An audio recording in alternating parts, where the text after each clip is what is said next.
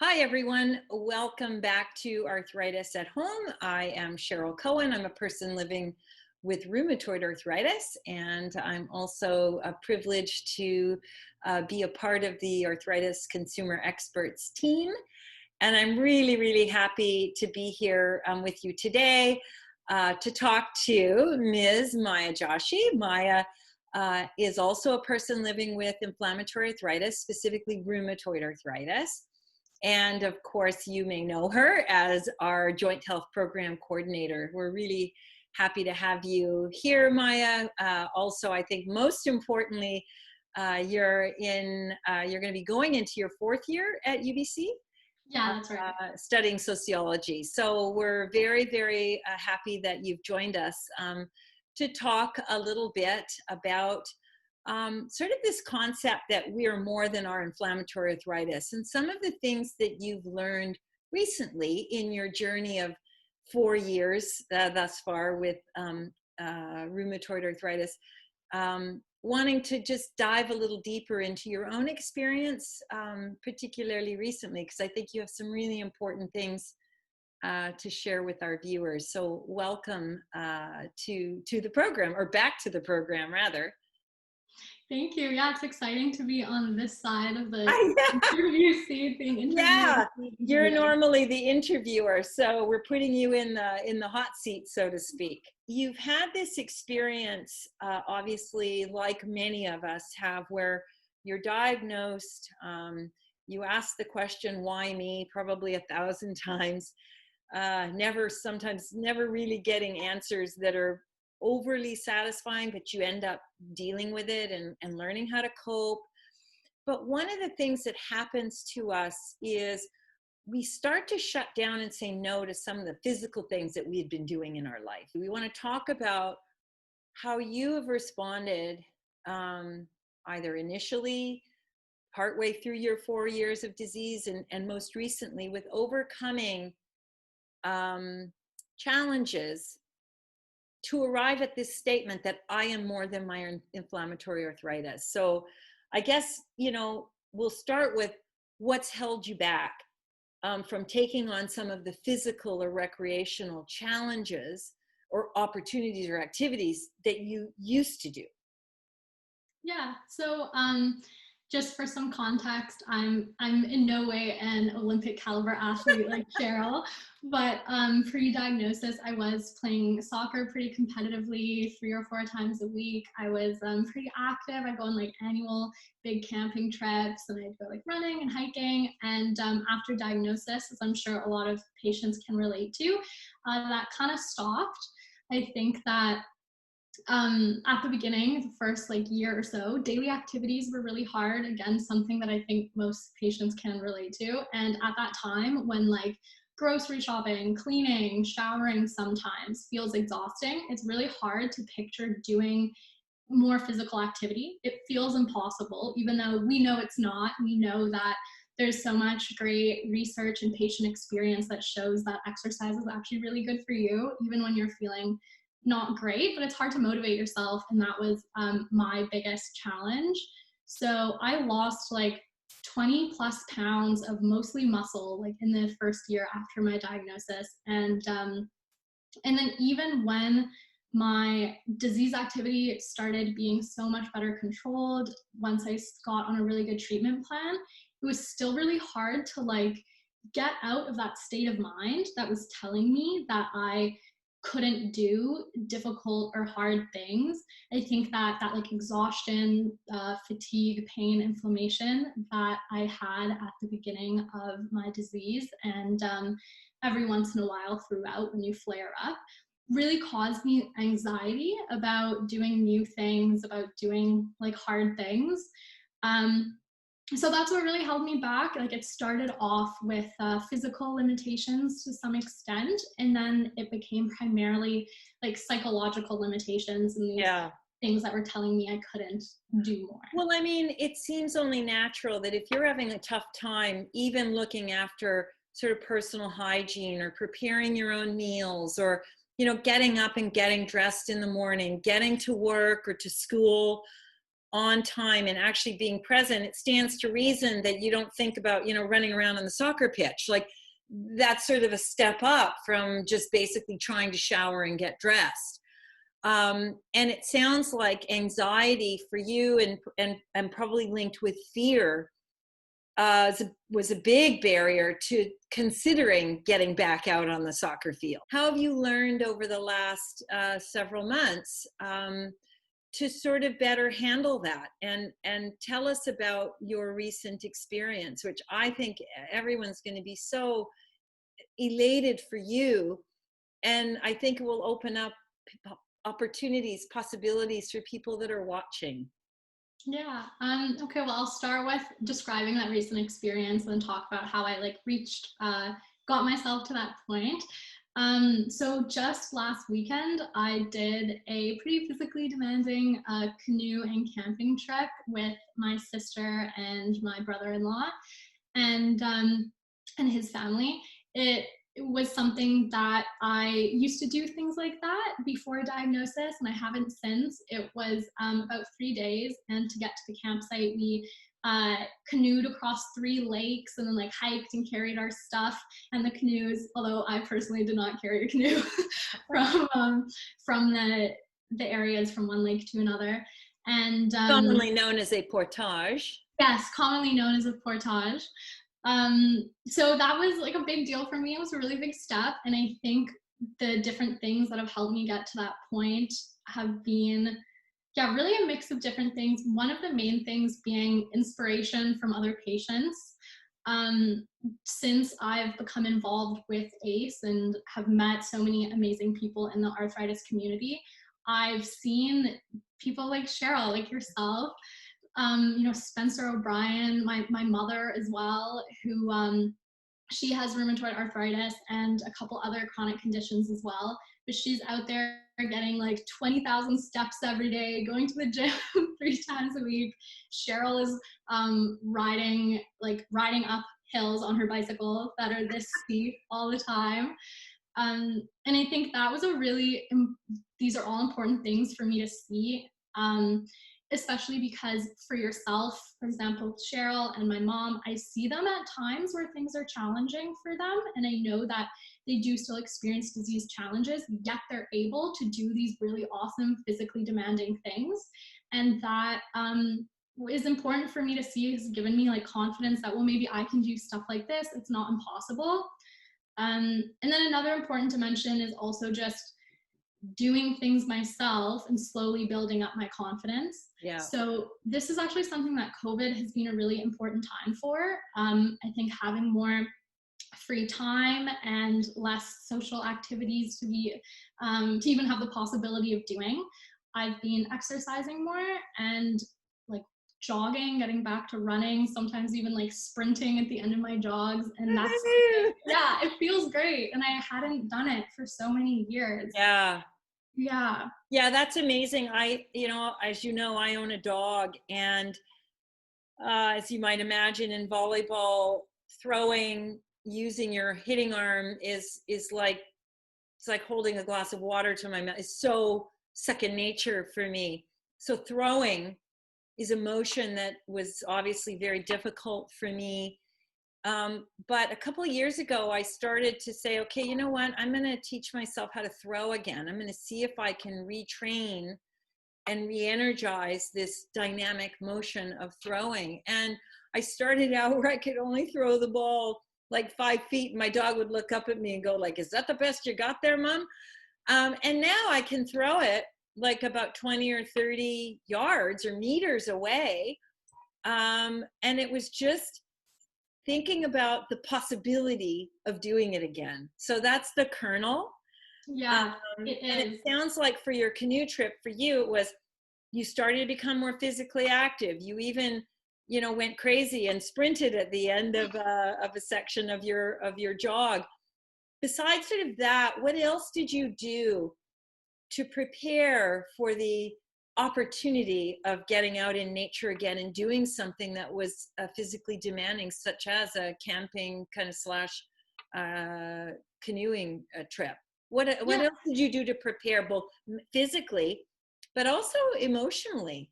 Yeah, cool. So I'll start with like one of the emotional psychological things, which is something that you've actually been really helping me with over the past couple months, which is trying to focus on acceptance instead of fear. So I've been really working on shifting my state of mind to understanding, accepting that yes, I have this disease. Yes, there are times where it can be really challenging, but that doesn't need to be something that holds me back. So saying to myself, I've experienced bad flares before, and because of that, I know that if it happens again, even while I'm on a camping trip, even when I'm doing physical activity, I can deal with it because I've Yeah. dealt with it before. Instead of saying, I've experienced bad flares before, and for that reason, I don't want to do these activities. And then some more sort of like practical things that helped me prepare was just thinking about my weekly treatment plans. So I take a biologic, a biosimilar actually every week.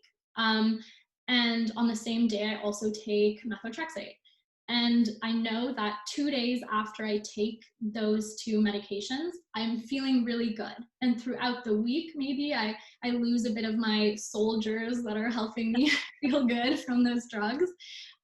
So I knew this camping trip was coming up, so I changed the date of my injection just by 1 day, but it made a really big difference because it meant that I was feeling in my prime while we were doing the Yeah. hardest trip. Boy, that's super savvy. Year 4 into it, I can say I've not spoken to a lot of year 4ers who figured this combination out. And to do that, you need not permission but support from your rheumatology team as well, right? Like some patients, people rather, who are living with disease like us, Maya, like you're afraid of moving something by a day. But I think generally speaking, you can do that, and Mhm. look at the tool it gave you in your toolbox. It just gave you that huge sort of pillar of confidence that you could stand on top of and go out and do it. So I do the Definitely. exact same thing, by the way. I know when my sort of peak ability physically will be because of my med routine. And I think that's a really great pearl that you've offered our viewers, as well as this sort of psycho-emotional piece, which is, I did it before. I've gotten through a flare before. I've dealt with, a swollen joint before. I know what to do. Let's just do that and remain positive. And it's so easy to go low in your thinking if you let yourself. Going high is so much better. It's so much more rewarding, I think, emotionally and obviously physically as a result. So good for you, and thanks for sharing that insight with everyone. I want to ask you something, like, of the trip that you just took. What did you most enjoy about it? Apart from getting through it and not getting devoured by mosquitoes and bears and things, those are the obvious things. But what did you really most enjoy about it? And did you learn anything new on the trip? Yeah, so I think for me, uh, maybe the thing I enjoyed most about it, maybe this is a very self-centered thing, but I felt really proud of myself the whole time. It felt so good. I was with each, stride or canoe stroke, I was really happy, and it feels good to like feel proud of ourselves and have these moments that are, I think, defining in our disease journey and that show us that we are more than our inflammatory arthritis. Um, so that was great. Being proud of myself, that was a good feeling. There's Um, nothing selfish about that, by the way. I mean, if you can't love yourself, which I think that's where pridefulness comes from, it's love of self. You can't love anything else, really. Yeah, definitely. And another thing you'd asked what I'd learned as Yeah. well. So one of those things being that support from other people and like open communication is really important. So I'm super lucky that the people that I was Yeah. traveling with, who have been my bubble for the past month or so, I've spoken to them really openly about my disease, about my limitations, And before the trip, we sat down and had a very open conversation about what I could do, what I couldn't do, etc. And doing that gave me more reassurance because I wouldn't have to somewhere in the middle of this trip stop and have to explain or not explain and keep things to myself because I don't know how to communicate. Yeah, boy, this is a really valuable piece of information I think that you're passing on to people. And when I'm listening to you, I'm thinking, oh yeah, how smart is that? Spend the energy about what challenges you think you might face physically, pull them out, talk about them, around them, through them, package them back up, and let other people be considerate of those things as you're actually in the activity. Otherwise, you're trying to manage that and physically manage the activity. It's just too much. You feel overwhelmed. So good for you for pulling it all out in advance, making a plan, and literally, it's not just us who's responsible for our own disease, right? And taking care of it.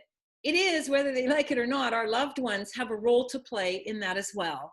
And, I know you, and I know your loving family and circle of friends, Maya, and I know they're like all in, which is fabulous, as for me. And I think that's so important. So thanks for that great tip. And the thing you enjoyed the most, just being proud, being proud.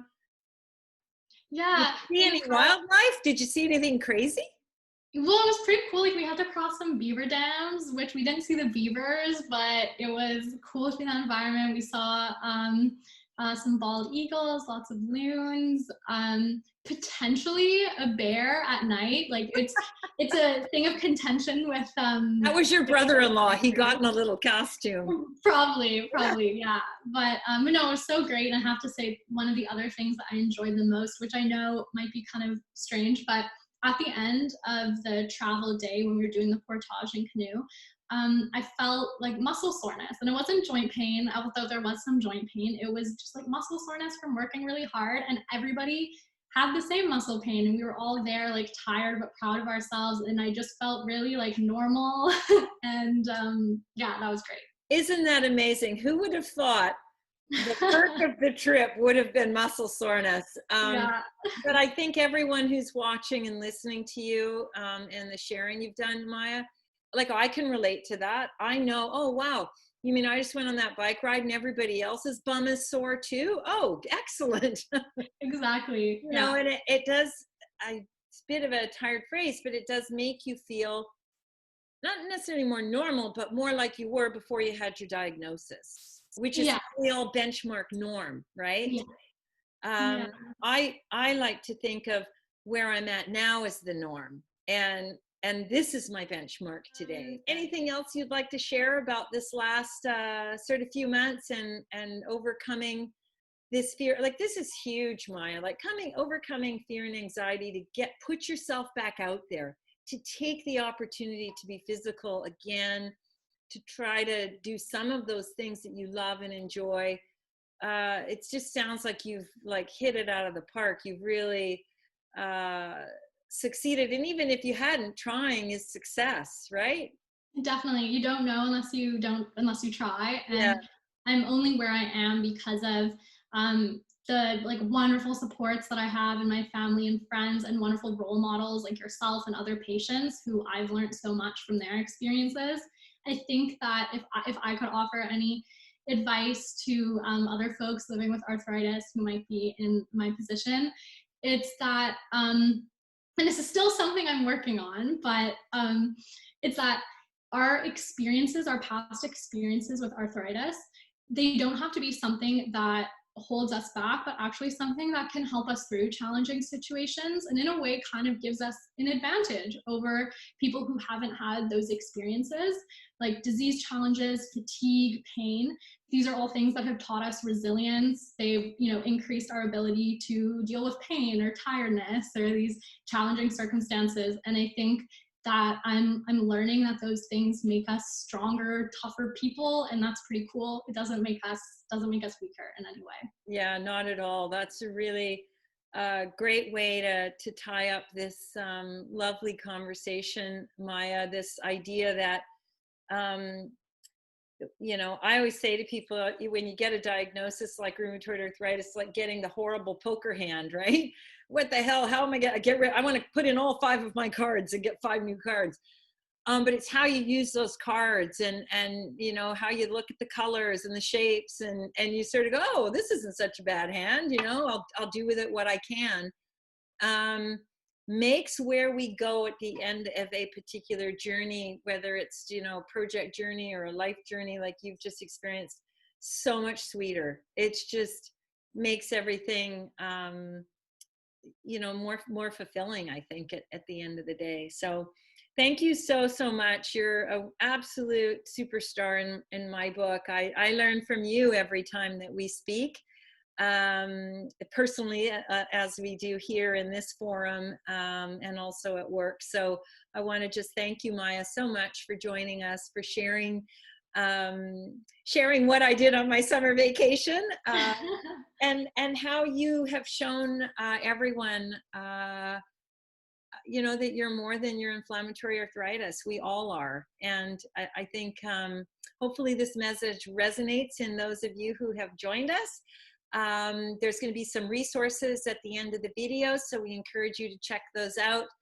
And we want you to join us in commenting, sending advice, if you will, or some of the pearls that you may want to share with our membership would be great. You can do so in the comments section, or email us directly. We'd love to hear from you. So on that note, we want to say goodbye. And again, thanks, Maya, very much for your time today. My pleasure. Bye, everyone.